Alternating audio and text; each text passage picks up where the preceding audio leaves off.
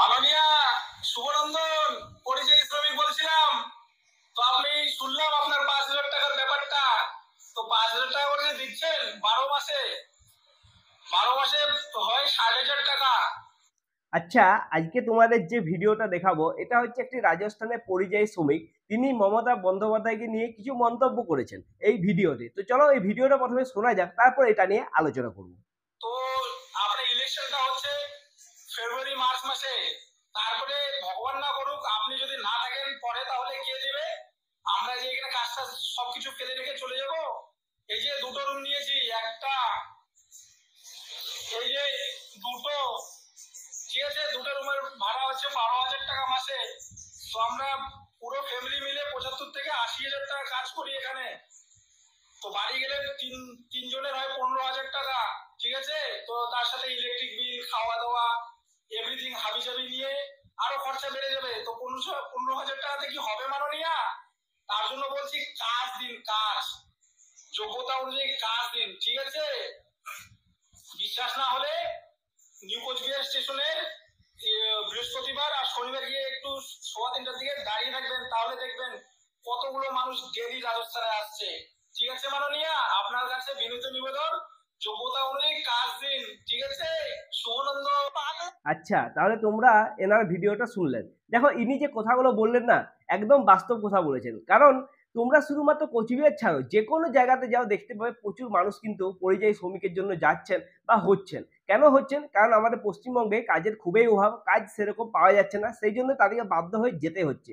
আর আমাদের যে মুখ্যমন্ত্রী, তিনি যেটা অ্যানাউন্স করেছেন যে 5,000 টাকা করে ভাতা দেওয়া হবে, কিন্তু ইনি যেটা বললেন সেটা তো তোমরা ইতিমধ্যে শুনেছো যে এনারা যে বাড়িটা ভাড়া নিয়েছে, সে বাড়িটা দুটো রুমের জন্য এদের মাসে 12,000 টাকা করে লাগে। এরা তিনজন কাজ করে, তাহলে এদের 70 থেকে 80,000 টাকা তিনজনকার মিলে হয়। সেখানে যদি এই মমতার ভাতাটা এরা পায়, তো যদি ফিরে চলে আসে ওনার কথা শুনে, তাহলে কত হচ্ছে 15,000 টাকা। সেই 15,000 টাকা কি তাদের সংসার চলবে?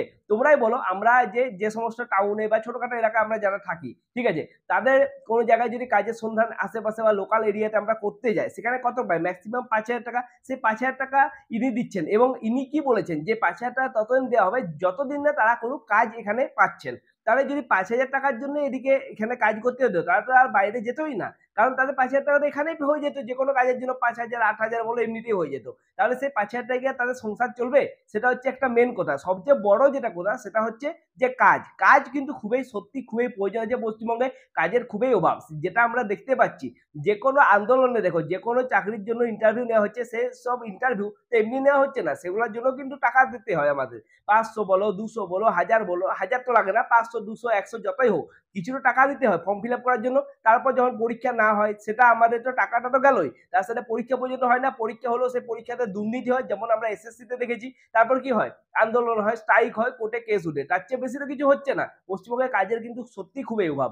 ইনি যে কথাগুলো বলেছেন, আমি তো পুরো একমত। তোমরাও কি এর সাথে একমত কি একমত নাও, সেটা আমার কমেন্ট করে বলতে পারো। দেখো, যেটা আমি তোমাদের বললাম যে 5,000 টাকা কি আর একটা মানুষের সংসার চলতে পারে? তার বাড়িতে বউ থাকবে, বাচ্চা থাকবে, বাবা মা থাকবে, বা আরো অনেকে থাকতে পারে। তো তাদের সবাইকে খাওয়ানোর জন্য তাদের তো একটা এমন কাজ দরকার, যেটা যাদের খাওয়ান দাওয়ান বা সমস্ত কাজ ঠিকঠাক ভাবে চলতে পারে। যেমন দেখো, আমরা যদি এখন একটা সিনেমা বা মুভি দেখতে পাই, সেটাতে আমাদের 500 থেকে 800 টাকা এমনিতেই খরচা হয়ে যায়। তাহলে আমাদের যে ডেলি জিনিসের যেসব জিনিসগুলো আমাদের প্রতিদিনের প্রয়োজন, সেসব জিনিসের দাম যেরকম ভাবে আকাশ ছোঁয়া হয়ে চলেছে, সেখানে মাত্র 5,000 টাকায় কি বা হতে পারে? তোমরাই বলো। ইনি বলছেন যে 5,000 টাকা দিলে পরিযায়ী শ্রমিকরা এখানে চলে আসবে। আচ্ছা ঠিক আছে, পরিযায়ী শ্রমিক যদি চলেই বা আসে, কিন্তু তারা এখানে এসে করবেটা কি? কাজ কোথায় পাবে? কাজেরই তো অভাব, মেন প্রবলেম তো এটা। সেই জন্য তো মানুষ বাইরে যাচ্ছে, কারণ কাজ পাচ্ছে না। যদি পশ্চিমবঙ্গে কাজ থাকতো, তাহলে বাইরের যে সমস্ত স্টেটের যে সমস্ত মানুষেরা আছে, তারা কিন্তু পশ্চিমবঙ্গে আসছে কি? পশ্চিমবঙ্গে দেখতে পাবে বাইরের স্টেটের মানুষ বেশি দেখতে পাবে না। বেশিরভাগ কোথা থেকে আসে? বিহার থেকে কিছু মানুষ আসে হয়তো, ঠিক আছে। তো তার বেশি তো আমরা বাইরের মানুষ দেখতেই পাই না যে পশ্চিমবঙ্গে কাজের সন্ধান এসছে। উল্টোটা আমরা দেখি, যে পশ্চিমবঙ্গ থেকে প্রচুর মানুষ কিন্তু কাজের জন্য বাইরে যায়। আমাদের দুই একটা বন্ধু এখানে ছিল যারা বাইরে কাজ করছে, আর তাছাড়া কিছু বন্ধু ছিল যারা কিছুদিন অনেকদিন কাজ করেছে, তারপর তারা ফিরে চলে এসছে। কারণ সেখানে তারা শুরু হচ্ছিল, কারণ একটা বাইরে যাওয়া তো নয়, বাইরে যাওয়া কিন্তু প্রচুর প্রবলেম। কারণ অনেক কিছু জিনিস তাদেরকে ম্যানেজ করতে হয়, অনেকভাবে চলতে হয়। সবচেয়ে বড় কমিউনিকেশন প্রবলেম একটা হয়, কারণ কথাবার্তাটা ঠিকমতো সবাই তো আর হিন্দি ঠিকমতো বলতে পারে না, আর ইংলিশ সেখানে মানুষ সবাই এত বুঝেও না, ইংলিশ এত মানুষ বলতে পারে না, বাংলা ভাষা সেখানে এতটা না চলতেও পারে, তো সেটা একটা প্রবলেম হয়, অবশ্যই হয়। কিন্তু এই সমস্ত প্রবলেম সহ্য করেও তাদেরকে বাইরে যেতে হয়, কারণ শুধুমাত্র একটাই, সেটা হচ্ছে কাজের অভাব। পশ্চিমবঙ্গে যদি ঠিক পরিমাণ কাজ থাকতো আর ঠিক পরিমাণ যদি সেই কাজের বিনিময়ে মাইনে পাওয়া যেত বা বেতন পাওয়া যেত, তাহলে কিন্তু মানুষ বাইরে যেত না। তো এই 5,000 টাকার ভাতা দিয়ে কোনো কিছু লাভ হবে না, কাজ দিন। ইনি যে কথাটা বলছেন 100% আমি এটার সাথে একমত প্রকাশ করি। এরপর দেখো তোমাদের কিছু মানুষের বক্তব্য শোনাবো, তারা কি বলছে সেটা শুনো এই 5,000 টাকা ভাতা নিয়ে। চলো দেখা যাক। আর বাঙালির জন্য মমতা ব্যানার্জি যদি এতই চিন্তিত হতেন, তাহলে তৃণমূল কংগ্রেসের মধ্যে পার্থ জ্যোতিপ্রিয়র মতো এত বড় বড় জোচ্চর তৈরি হতো না, যারা জেলে বসেছে বাঙালির টাকা পকেটে ঢুকিয়ে। সব থেকে বড় কথা, মমতা বন্দ্যোপাধ্যায় ভাতা, ভিক্ষা আর লালিপপের সরকার চালাচ্ছে। ভোট এলেই এই 500 টাকা দেবে বলে অনুপ্রবেশকারীদের ভোটে জিতে ক্ষমতায় থাকার জন্য এই খেলা খেলছে। এটা সব তোমরা জমি দাওনি, তোমরা জমি দাওনি, তোমরা জমি দাওনি বলে আজ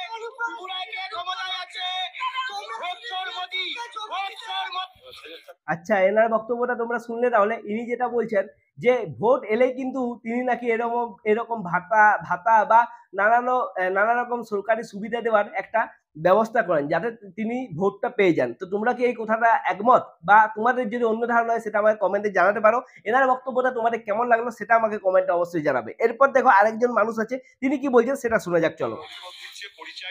পরিযায়ী শ্রমিকদের যে আনার জন্য, এটা তো সবাই বুঝতে পারছে যে পরিযায়ী শ্রমিকদের রাজ্যে ফিরিয়ে আবার 2026-এর ভোট বৈতরণীটা পার করার জন্য।